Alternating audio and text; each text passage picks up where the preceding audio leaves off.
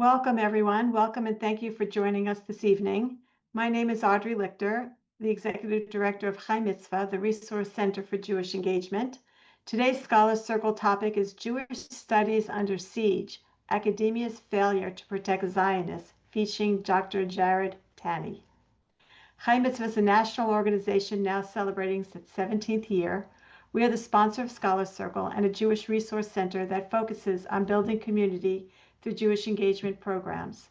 We have over 20 curricula tailored for small group conversation for teens and adults, lay or professionally led. For more information, please visit our website at chaimitzvah.org. The Scholars Circle program was inspired by Scott Shea, our founder and board president, who authored the best-selling book Conspiracy U, a Case Study, which unpacks anti-Zionist conspiracy theories from the left and the right political spectrum. The curriculum was also taught in a recorded series by Dr. Andrew Pessin, which is available also on our website. The Scholars Circle program hosts lectures by prominent scholars every 2 weeks on topics related to Israel and the Jewish community, geared towards rabbis, educators, and lay leaders who are charged with explaining the complex issues facing the Jewish community. To that end, each lecture will have a resource guide that will be sent to you after the lecture. A recording of each lecture will be accessible on our website and shared with you through email. We are excited to continue the Scholars Circle program and we need your support. Scholars Circle has engaged nearly 4,000 participants since 10/7. Your donation will enable us to continue bringing international scholars to you at no charge to share their expertise on the evolving Jewish world in the aftermath of October 7th. Thank you to all of you who have already contributed. To make a donation, please visit chaimitzvah.org and click on the gold menu tab Scholars Circle and select Support Scholars Circle. This will be included in our follow-up email as well.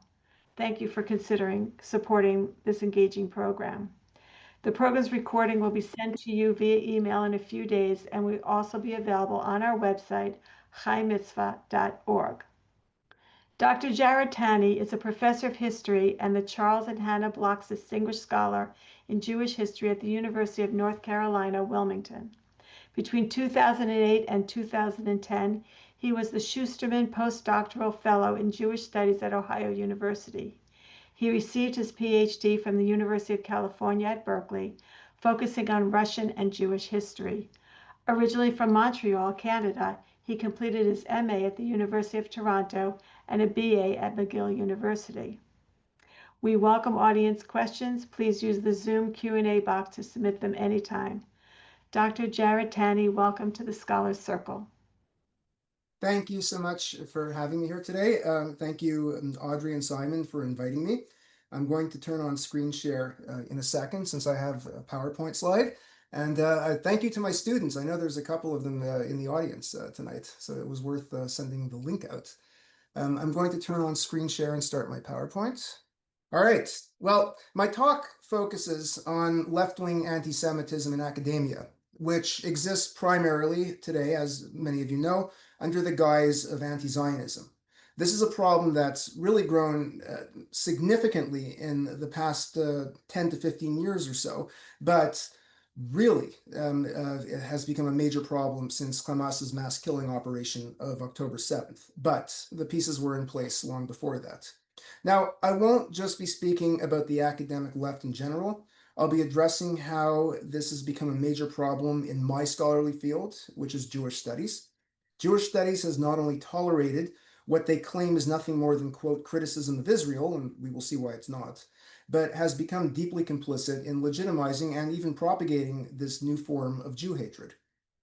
Part of my talk will thus be in the form of a personal reflection, and the reason is that I've held an endowed chair in Jewish studies for the past 15 years and 2 years at Ohio University before that, and my encounter with anti-Semitism within Jewish studies is a product of my involvement in this academic field. I was among the first insiders in Jewish studies to recognize the problem and to publicly call it out in 2021. And I've paid a price for it. I have lost friends and colleagues and have been blacklisted in certain academic spaces, though fortunately I've got friends in other ones. Now, I felt, though, that, and I continue to feel, that something needs to be done about this. Jewish studies complicity is horrifying, and I believe it ultimately poses a threat to the security and future of American Jewry, certainly on college campuses. So let us begin. August 2017, Charlottesville Unite the Right rally. There was an outpouring of anger and grief from Jewish studies faculty over white supremacists chanting, "Jews will not replace us." October 2018, the Tree of Life massacre. Of course, there was an outpouring of anger and grief from Jewish studies faculty.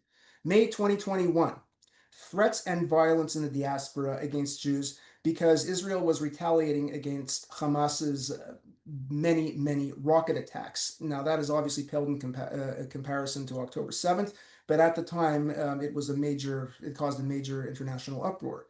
Now, what was the response from Jewish studies to these threats that were in the diaspora at the time against Jews?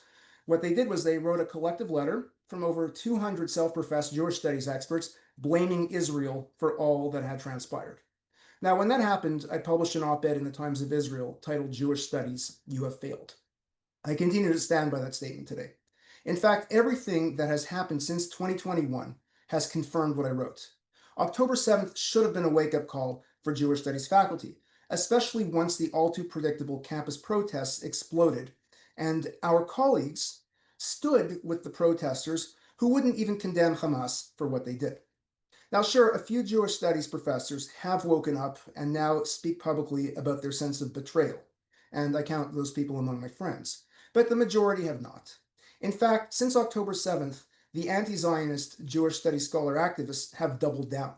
Among other things, Israel is now being accused of genocide by professors who are trained to research and teach the Holocaust, even though Israel's actions, by any measure, fall short of meeting the threshold of genocide.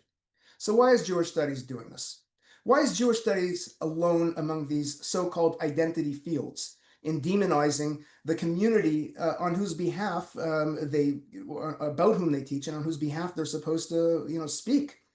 They're the only ones who reject a state in their ancestral homeland.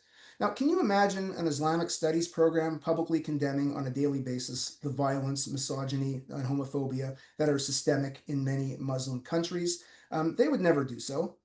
Can you imagine a Latin American studies program devoting its time and resources to vilifying undocumented immigrants in the worst language imaginable? Now, whether or not those issues are justifiable in speaking out against is not the point. No identity field in academia would actually speak out against their own community. So this is why I can't imagine them actually doing it. So what makes Jewish studies different? Why are these professors publicly siding with militant anti-Semitic anti-Zionists in academia? We'll come back to that in a little bit. Now, I realize there are a lot of words on these slides, but I will be going through most of them. What we need to do first is unpack some of these dominant anti-Zionist tropes that are being propagated in academic publications and in the classroom, so you can better understand how this is anti-Semitism disguised as scholarship and education.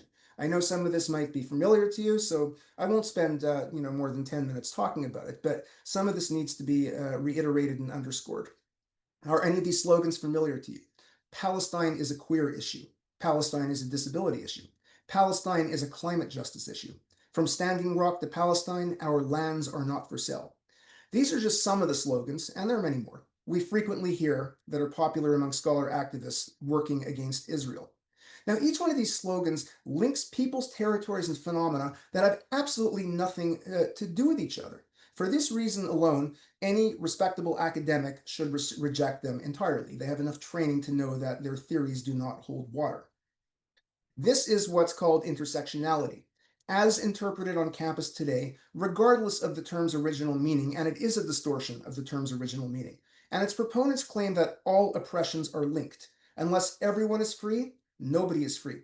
You can't be against one oppression without being against every oppression. If you support one oppression, in this case that would be the Jewish state oppressing Palestinians, then you are also against gay rights and justice for the disabled and for African Americans, as absurd as that sounds.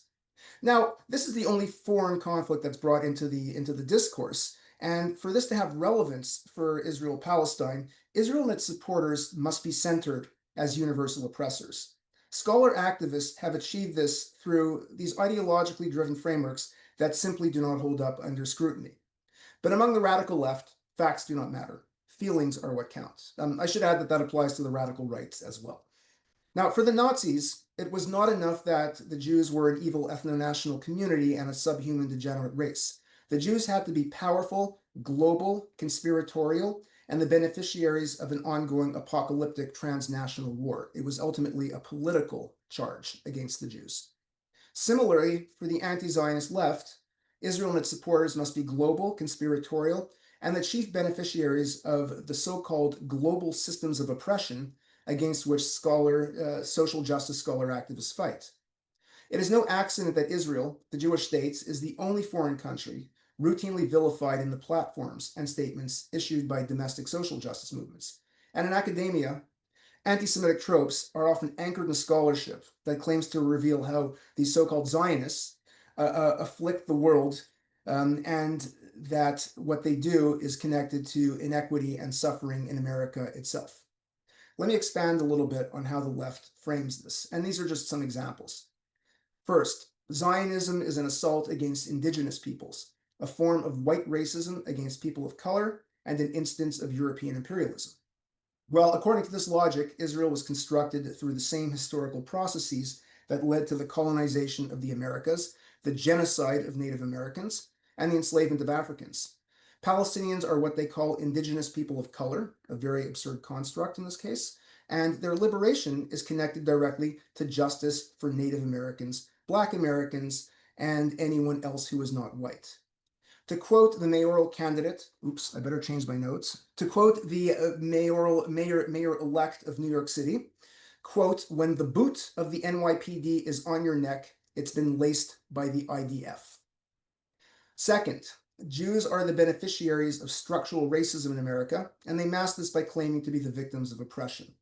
Now, according to the logic here, Jews enjoyed tremendous social mobility in the US for an immigrant community because they were granted legal status as white people and not subjected to the same victimhood they had experienced elsewhere. Now, obviously, that's true to a certain extent. But here's where the problems begin. Jews succeeded only because of their complicity in white supremacy. When Jews bring up the Holocaust and centuries of discrimination in Europe and the Middle East, they are told it has zero relevance in America, since Jews have suffered virtually no oppression here. Jews are white, and white people cannot be victims. At the extreme end, it has even been claimed that the Holocaust constituted white-on-white crime, thank you, Whoopi Goldberg, and had nothing to do with race, which again is absurd.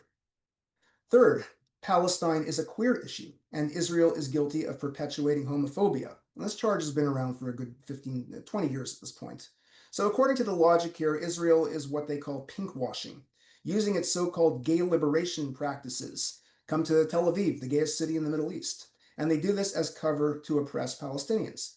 At the extreme, it has even been argued that gay Palestinians suffer for being gay because of Israeli occupation, not because Hamas and the Palestinian Authority persecute gay people with alacrity. Fourth, Palestine is a disability issue. Now, the field of disability studies has done a great deal of work here, and I would argue this is as creative as it gets. Israel deliberately maims Palestinians. It shoots them so they are physically disabled, tampers with their food supply so their growth is stunted, withholds medication, and experiments on Palestinian bodies, even harvesting their organs. There's supposedly a systematic global trade in Palestinian organs funded by the Jews. Now, if that reminds you of the medieval blood libel, then you're paying attention.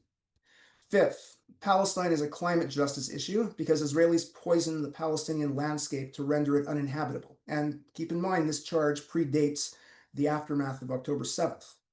According to their narrative, Israel has deliberately made Gaza into an environmental wasteland in multiple ways. It has damaged its arable land through dangerous herbicides, indiscriminately dropped bombs to ruin the soil, and polluted the water through the injection of sewage. But it is a universal issue because, quote, "The catastrophic climate crisis is fueled by global inequality and engineered by complicit governments and corporations.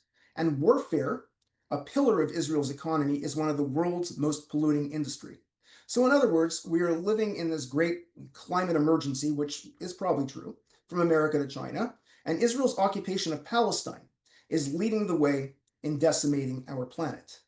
Now, these 5 claims, and there are of course more, come together to signify that Zionism is anti-native, imperialist, white supremacist, Islamophobic, homophobic, and ableist.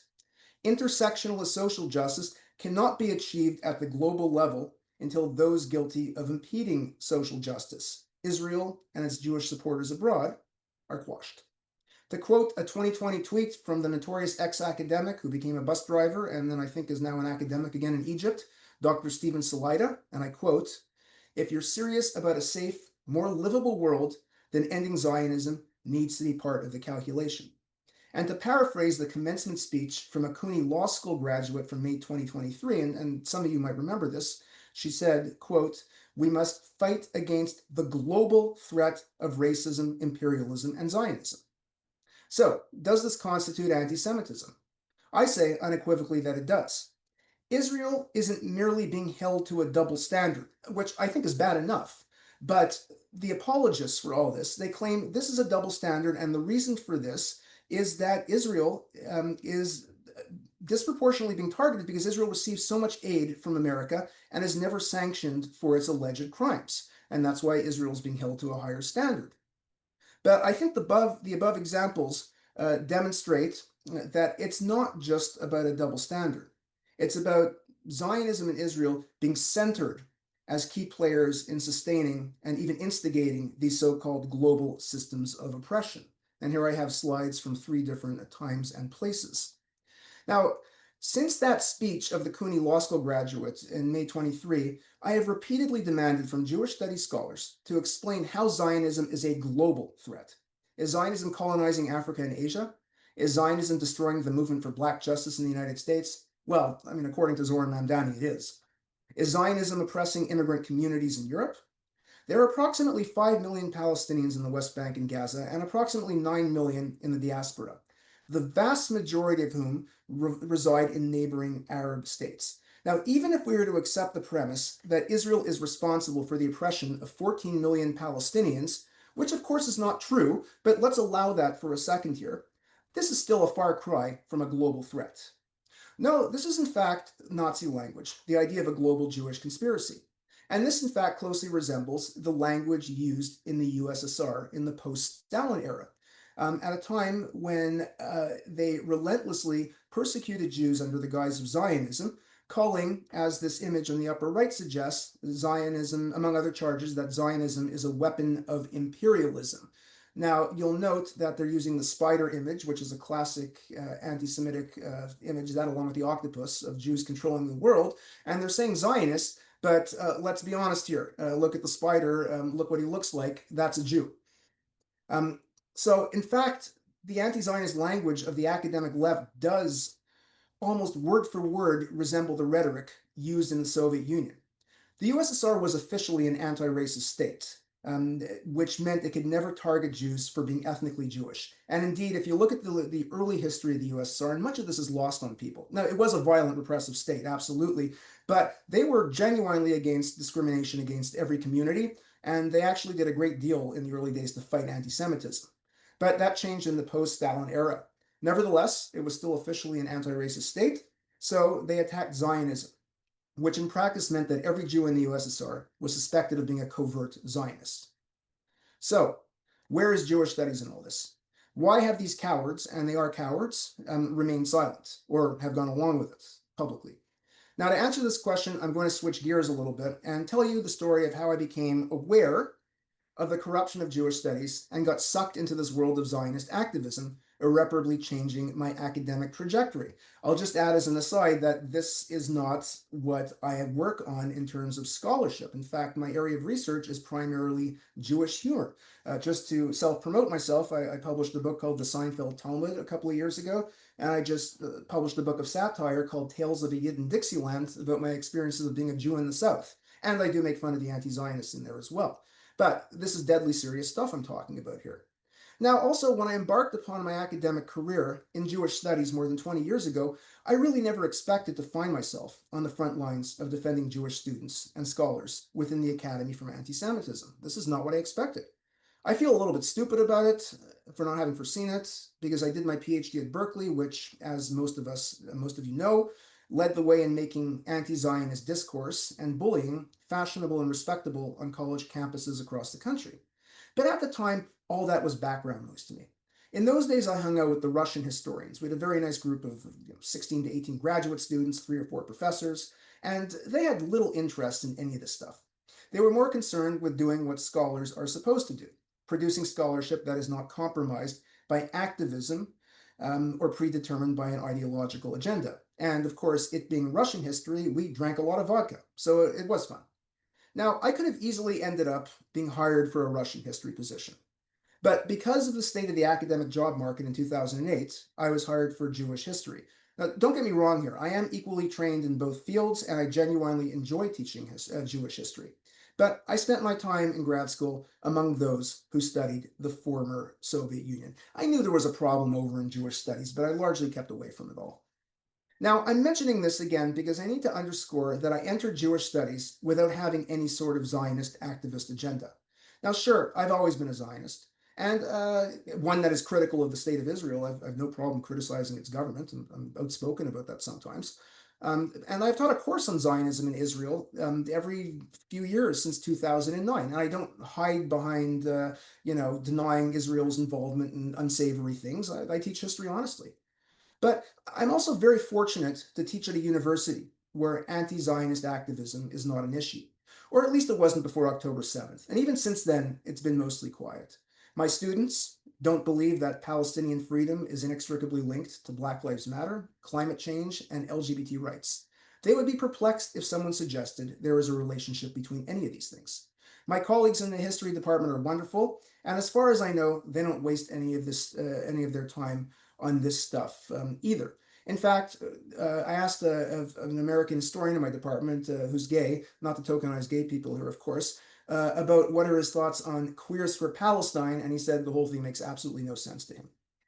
So, how did I get drawn into this? How did I get drawn into this if I never set out to do so and there's no problem in my campus? Well, the answer is as simple as it is tragic. It is the climate within the wider national and international Jewish studies community. Jewish studies as an academic field has become a hotbed of anti-Zionist activity in a way that it wasn't a decade and a half ago. Now, true, it's been heading in this direction for some time, but it only exposed itself in full force during the Israel-Gaza conflict of 2021, when several hundred Jewish studies professors authored a statement blaming Israel entirely for the carnage. That was their big coming out moment. Now, what shocked me was the number of Jewish studies faculty who went along with this statement. I had hitherto been convinced that only a small minority, I knew there were some, and they were very vocal, and some of them quite prominent, of Jewish studies faculty who were pushing an anti-Zionist agenda, whereas the vast majority merely wanted to remain silent. They were scholars who simply did not want to get involved, whatever their feelings toward Israel may be, and if scholars want to just do scholarship, they should have the right to do that. But when several hundred people signed this statement, which insisted that Israel was shaped by, quote, settler colonialist paradigms, a favorite phrase of theirs, which have led to unjust, enduring, and unsustainable systems of Jewish supremacy. Yes, they use the phrase Jewish supremacy, a Nazi locution. Ethno-national segregation, discrimination, and violence against Palestinians. I realized that what we had was not a case of silent complicity, but of active engagement, or rather, active appeasement of the wider anti-Zionist academic left. Faculty in gender studies, ethnic studies, Middle Eastern studies, all the other identity fields, who had each issued a statement condemning Israel and vilifying the state in the days leading up to the statement that was issued from Jewish studies. What surprised me, as I suggested above, was the sheer number of signatories, not the content of the document itself.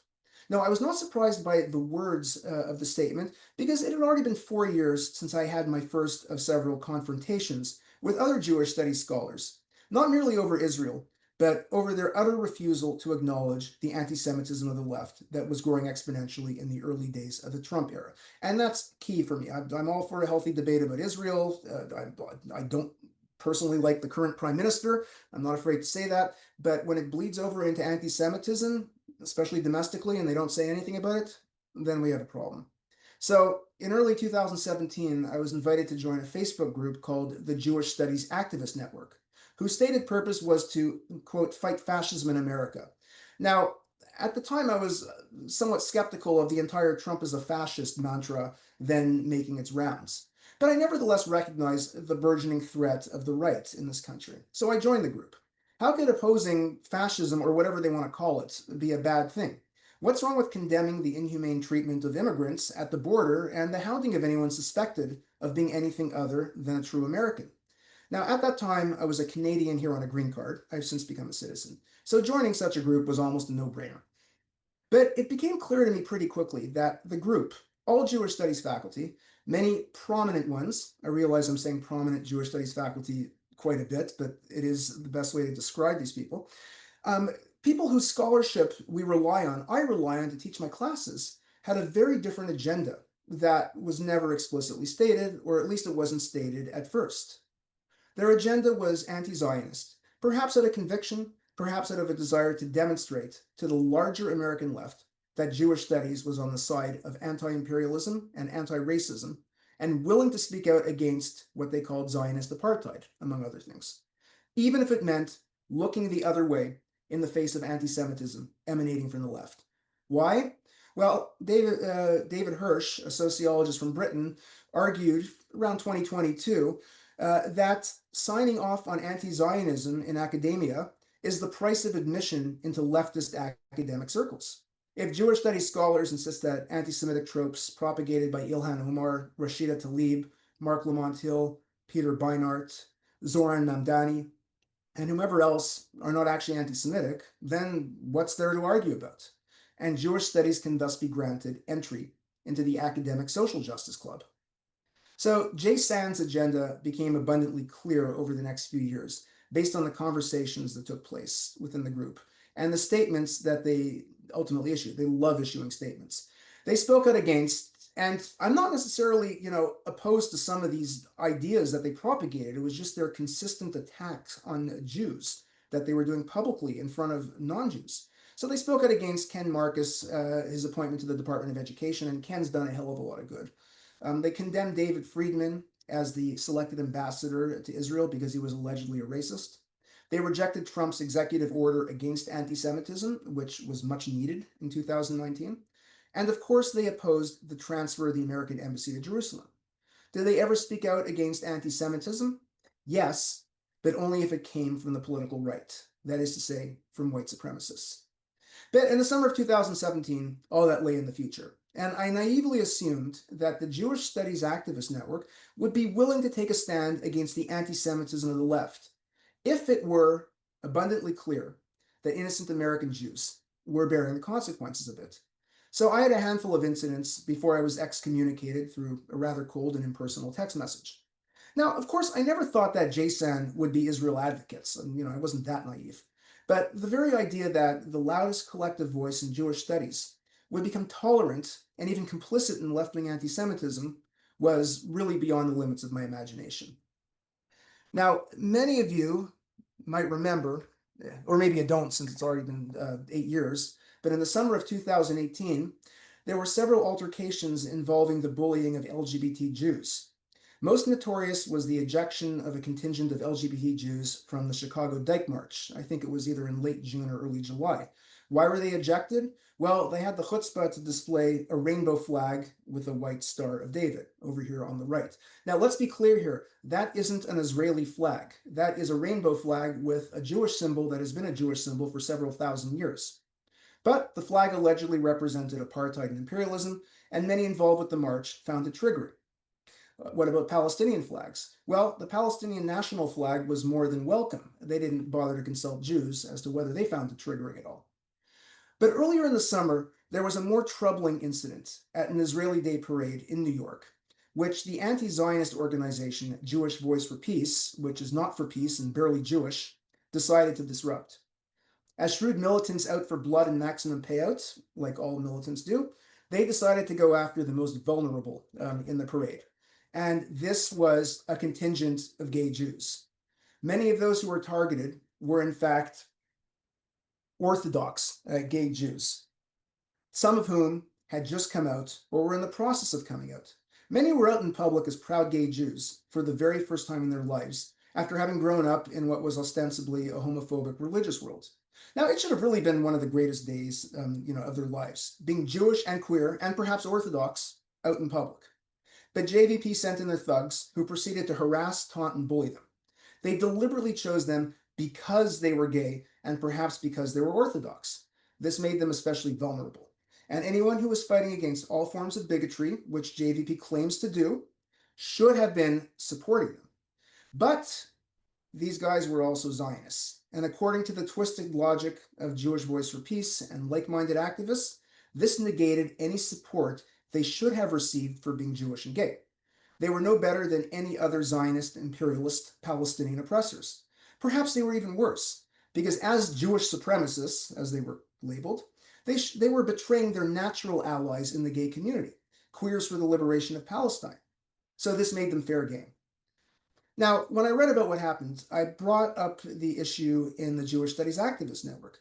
I just assumed that they would have an interest in combating behavior that was anti-Semitic and deliberately homophobic. But nobody cared. Many thought it was no big deal. Some admitted to being members of JVP, or at the very least staunch supporters. One guy, who is now a professor at Oberlin College, even admitted to being there himself. Whether he was involved in the harassing, I don't know. But he said he was there. They did not consider this an anti-Semitic incident.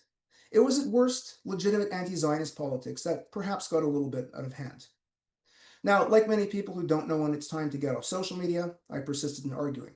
It was only 2017, and I had yet to understand that the very Jews who wrote petition after petition condemning Islamophobia and anti-immigration xenophobia, and indeed there's absolutely nothing wrong with that, had zero interest in defending LGBT Jews if their assailants were anti-Zionist crusaders. Because had they defeated them, they would have been branded as complicit in Zionism and faced recrimination in progressive circles, which is something academics can't afford. It is a sin to be on the side of Israeli apartheid in academia.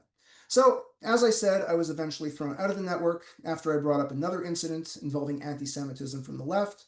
The specifics are not really that important, because when I brought it up politely and respectfully, nobody chose to respond respectfully. Instead, they started ridiculing and smearing me. They started calling me names like racist Islamophobe and whatever else. Not one person in Jewish studies came to my defense. Not one. I counted some of the members of the JSAN coordinating committee as my friends, and one of them I even approached and said, "What the hell's going on here?" And he didn't even respond to my complaint.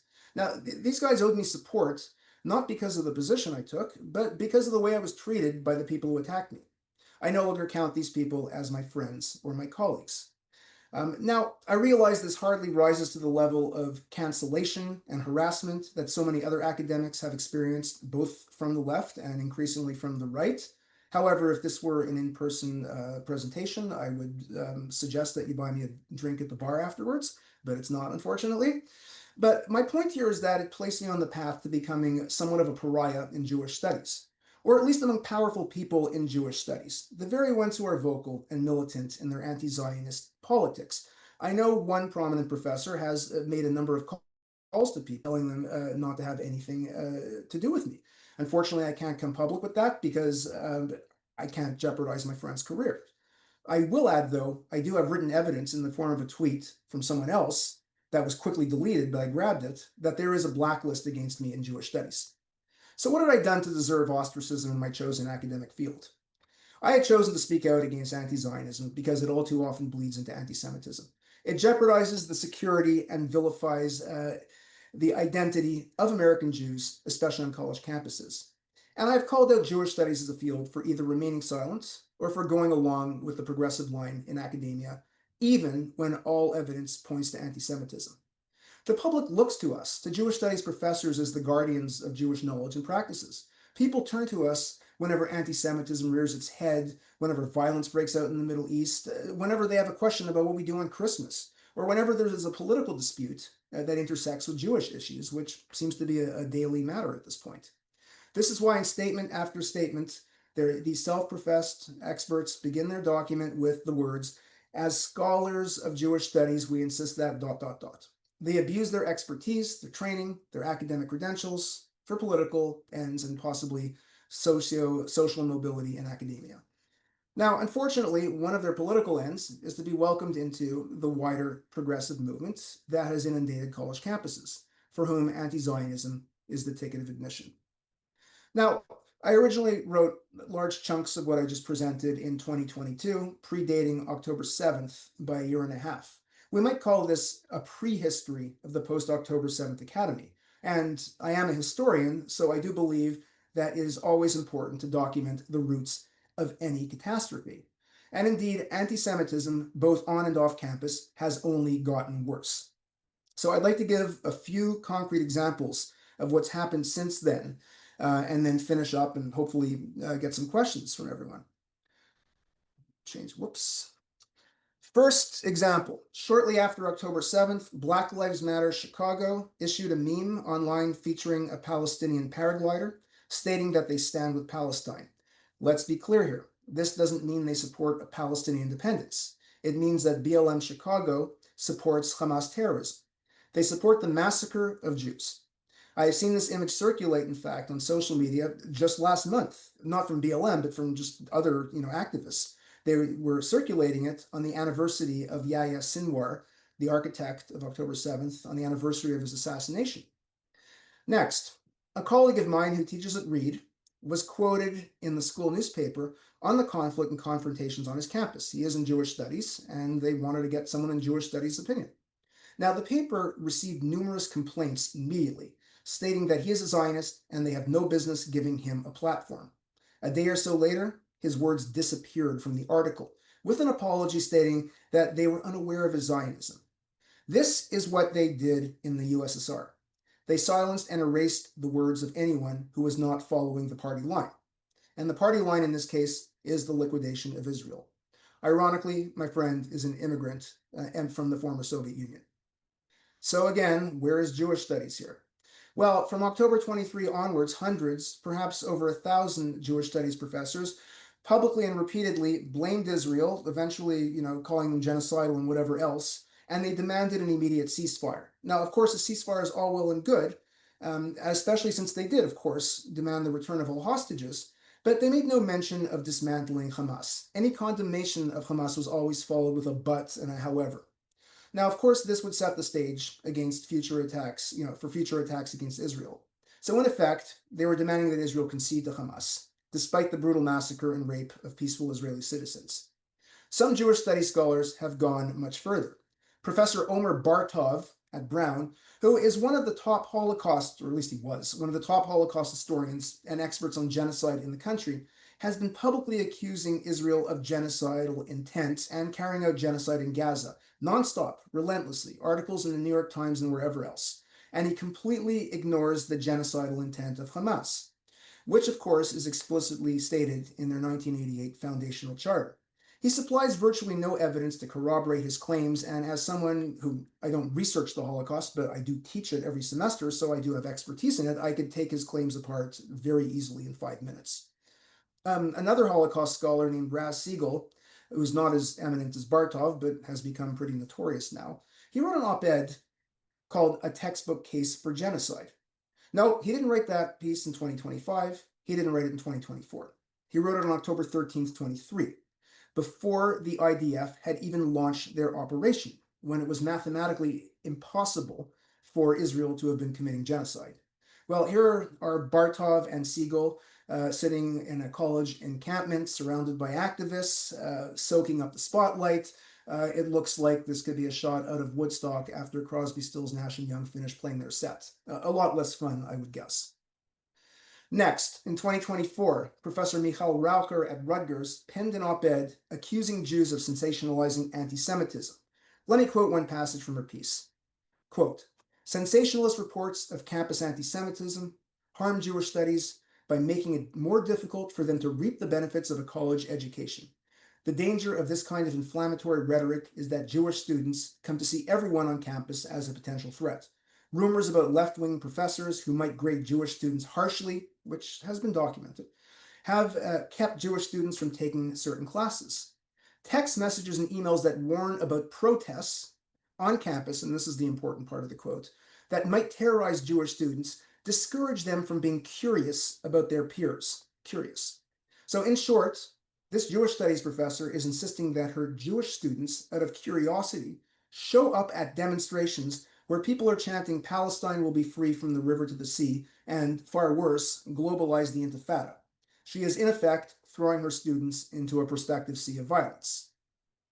Nor will Jewish studies as a field defend their colleagues even when they are persecuted on their campuses, should such attacks come from the left. This is my last example, and I will finish up. Okay, well, about a year or so ago, Derek Pensler, a very prominent, again, I'm saying it, prominent Jewish studies professor at Harvard, director of Jewish studies, in fact, was selected to lead an anti-Semitism task force on his campus. Now, immediately after he was selected, he was attacked virulently by right-wing Zionists for his alleged anti-Israel bias, or anti-Zionism outright, they accused him of. Now, the attack was unfair. I'm familiar with Pensler's work. He is a historian, and I closely examined the guy's scholarship immediately afterwards. I'm trained as a historian. I know how to get through 500 pages in an hour if I have to. And anything in his work that might have been critical of Israel definitely falls within the bounds of legitimate criticism of the Israeli government. Anti-Israel, he was not. In response to that, Jewish studies faculty quickly organized and issued a statement with hundreds of signatures defending their colleague from unwarranted smears. One of the main players who organized this statement was Professor David Myers of UCLA. Now, Myers, unfortunately, is one of the core leaders of the anti-Zionist campus movement. He's published plenty of op-eds in the LA Times and wherever else, standing with the protesters, and in every instance. That said, notwithstanding his views, I welcomed the statements. Academics need to stand up for each other when unfairly targeted. And the turnaround time allowed was remarkable. Within 2 days, they had this statement produced with signatures. Now, here's the problem. Around the same time, 2 Jewish studies professors in the California system were targeted because they were Zionists. I'm friends with both of them. One of them had a presentation so severely disrupted, he needed to leave under police escort. And in fact, the professor who invited him to that campus had a heart attack several days later. Both of these guys were subjected to hate campaigns on social media and through posters that were hung all over their universities, which included their names, their pictures, and accusations of Zionist supremacy and genocide denial and whatever else. Their safety was severely compromised. I should mention that both these professors are very much on the political left, and they support most left-wing domestic causes. They just happen to believe that the Jewish people have the right to a state in their ancestral homeland. Go figure. So what did Jewish studies do? Nothing. No statements. No public defenses on social media. One of these professors had even been a PhD student of David Myers at UCLA. He actually supervised his dissertation. But people like Myers only marshal their vast resources, and indeed, they have vast resources. They'll only marshal them against anti-Semitism when the attack comes from the political right. They will even throw their own students under the bus, apparently. Okay, I'm going to stop here, but let me conclude by saying that it is now crystal clear to me that the accepted experts in Jewish history, politics, religion, and culture are no longer willing to stand up against the demonization of the Jews. The worsening of campus anti-Semitism since October 7th has dispelled any lingering doubts I may have had. So then let me ask you, my concerned friends, who exactly is going to defend us against this angry mob, which is now coming to get us? Thank you very much, and I look forward to your questions. I'm going to turn off screen share. So give me a moment while I fiddle with technology here. There we go. Thank you, Dr. Tanny. We have a number of questions, and it's an incredible situation that people who choose to give their life to Jewish studies are. I guess I want to ask you, what kind of training did they have to arrive at this, at this place where they're so anti-Zionist?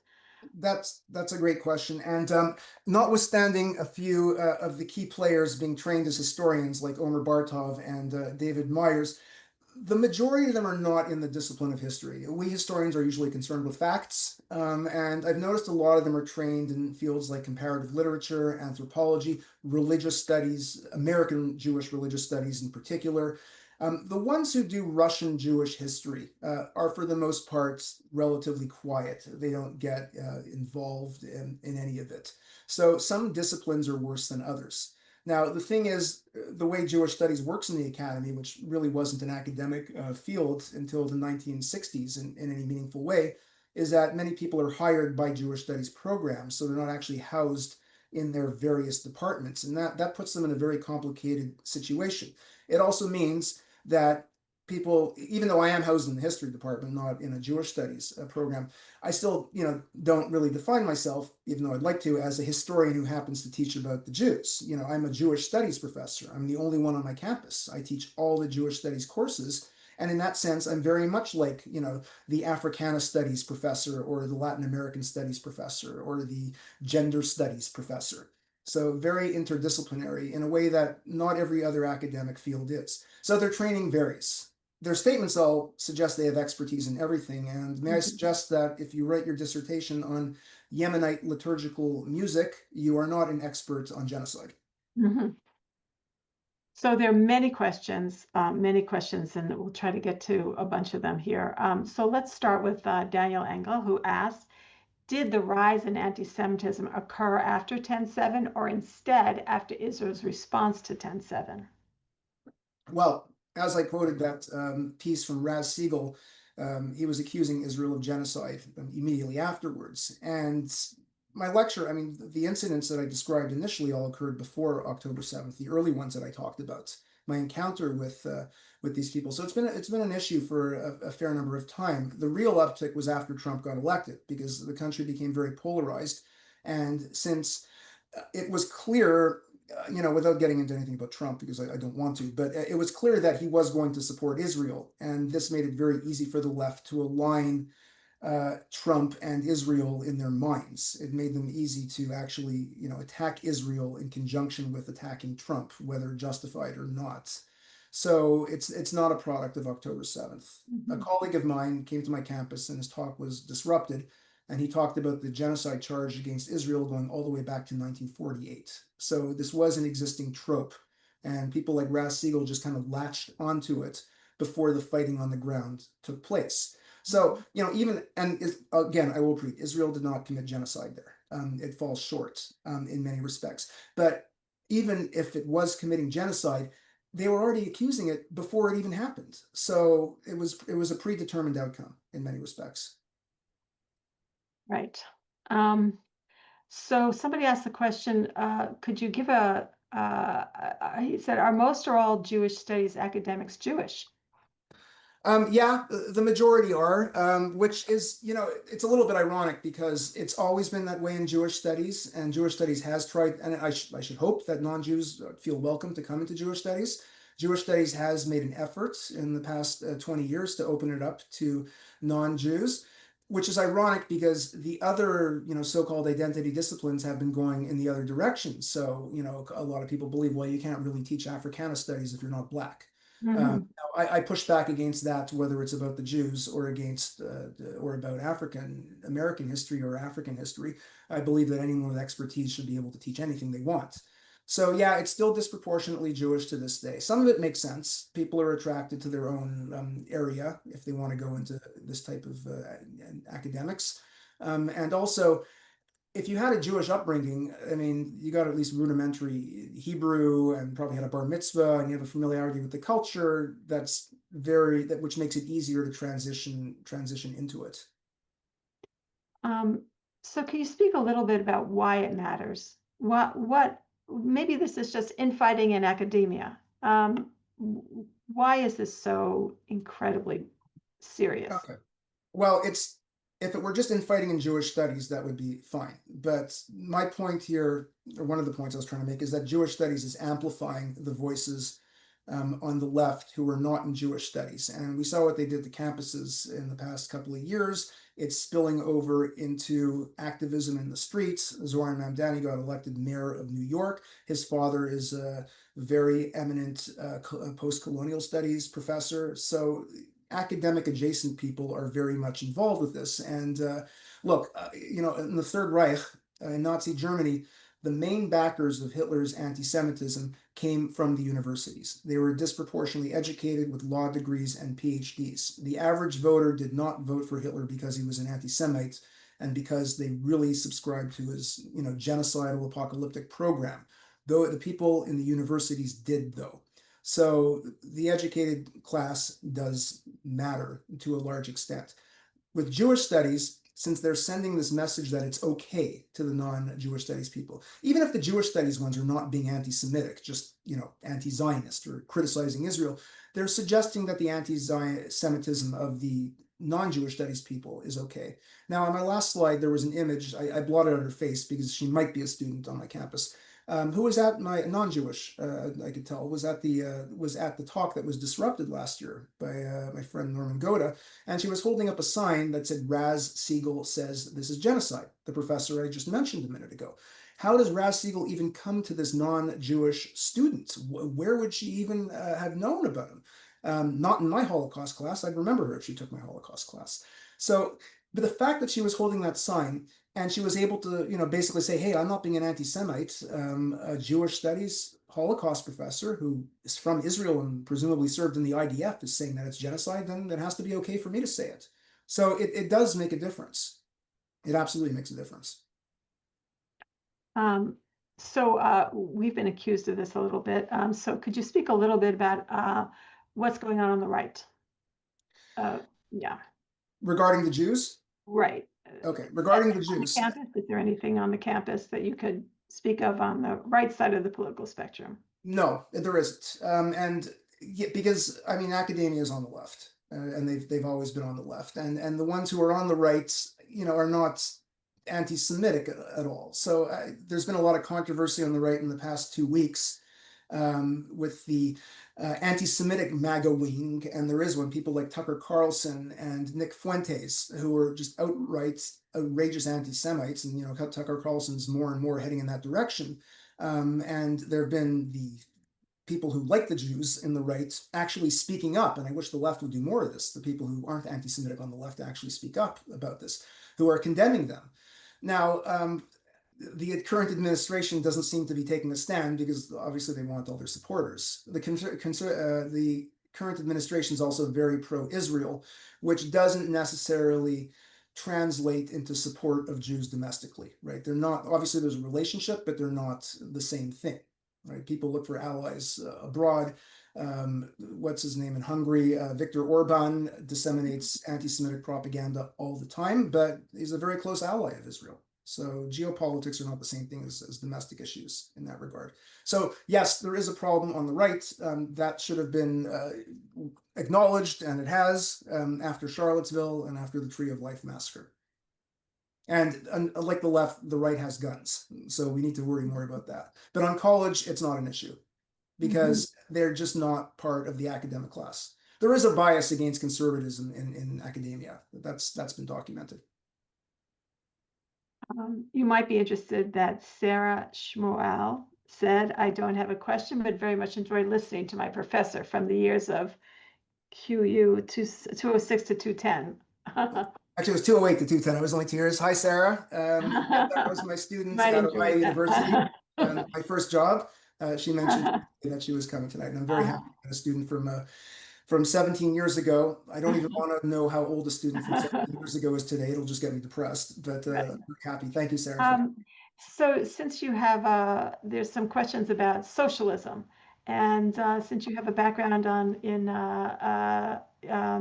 Russian-Jewish relations and Russian-Jewish history, can you draw some parallels to us about Russian-Jewish anti-Semitism? Okay, good. That's an important question. The thing is, okay, Russia, long story short here, Imperial Russia, very anti-Semitic state in the final decades, the last 40 years. It was also a very illiberal state. There was no rule of law, no democracy. The Russian Revolution was supported by a lot of Jews, and there were far more Jewish communists than there were Zionists in the Russian Empire. It made sense. Why not support a revolution that's going to give us the freedom we've been denied? rather than going to a desert being ruled by the Ottoman Empire and not particularly welcoming of us. So the Jews played a very important role in the early Bolshevik Party. They weren't anti-Semites, the Jews who were involved, but they were communists, which meant they were rounding up people and killing them, as everyone in the Bolsheviks did and supported. Now, in terms of the Jews, the Soviets believed that they were going to cultivate national identities, but communist ones. So they tried to remake Jewish culture with the active participant of the Yevsektia, the Jewish section of the party, which meant that Judaism as a religion, bad, bad, bad. We need to stamp it out. Zionism, bad, bad, bad. That's just bourgeois nationalism. We need to cultivate the working class, the Jewish working class, promote Yiddish culture, which is a wonderful thing. 97% of Soviet Jews spoke Yiddish as their mother tongue. And most Jews just wanted to assimilate into Russian culture. They really had no interest. They wanted mobility. They wanted the emancipation they'd been denied. Now, again, keep in mind, this is a very illiberal state that arrested and shot people to get what they want. It was progressive in many ways. And the key thing here about anti-Semitism is what they were doing with the Jews is the exact same thing they did to the other 150 national minorities that lived in the USSR. There's nothing uniquely here about attacking Jews. So we can't call it anti-Semitic then. Post-World War II, situation changed in part because of the founding of Israel. It was now feared that the Jews in the USSR could be a fifth column. So the Jews were all suspected of being Zionists. The old familiar dual loyalty charge that we still hear today resurfaced. And even Jews who didn't express a desire to emigrate, the refuseniks, to Israel, but they were suspected of, being Israel supporters. So Zionism was attacked in much the same way that traditional anti-Semitism attacked the Jews. Images of this global shadowy organization, much as the protocols of the Elders of Zion, but instead of it being like a global international Jewish body, it was the state of Israel that's doing it. So the state of Israel basically became what the international Jew was to Henry Ford and to Adolf Hitler. Obviously, you were better off being a Jew in the Soviet Union than being a Jew in Nazi Germany. That goes without saying, but you wouldn't want to live in the Soviet Union regardless of who you are. But yeah, the Jews were uniquely targeted after World War II, and it remained that way until the late 1980s.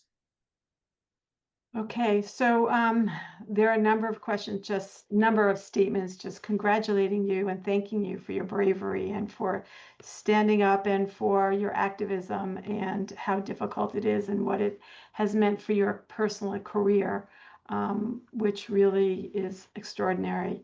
In the 2 minutes we have remaining, is there anything that you'd like to leave us with? I just want to say pay attention, and we need to think of strategies about what to do this. Unfortunately, we're living in a very polarized country right now.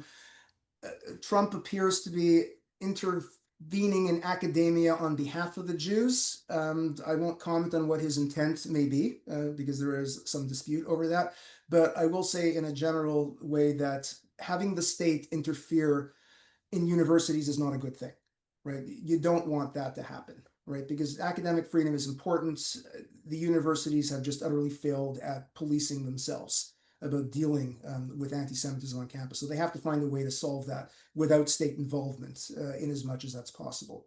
And, again, I brought up the Nazi Germany, the educated class. Here's a key difference with there. There it was the state, a fascist state with the backing of the universities. In this country, you have the left in the universities and you have the right controlling the federal government.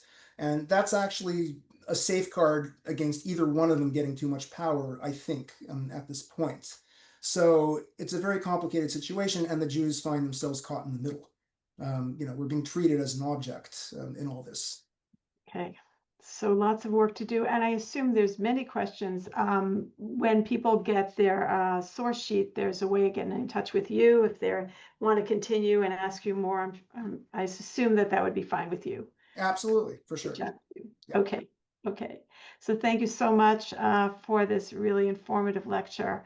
Our next Scholars Circle features Rabbi David Rosen on From Gamach to Gotham, Interest-Free Loans Across Centuries on Thursday, November 20th at 7 p.m.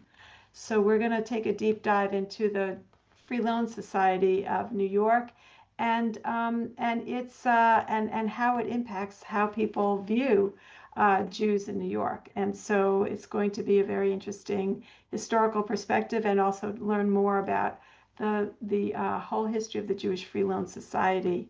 We'll see you then on November 20th at 7 p.m. Eastern Time. And thank you so much, and have a good evening. Thank you so much for hosting me.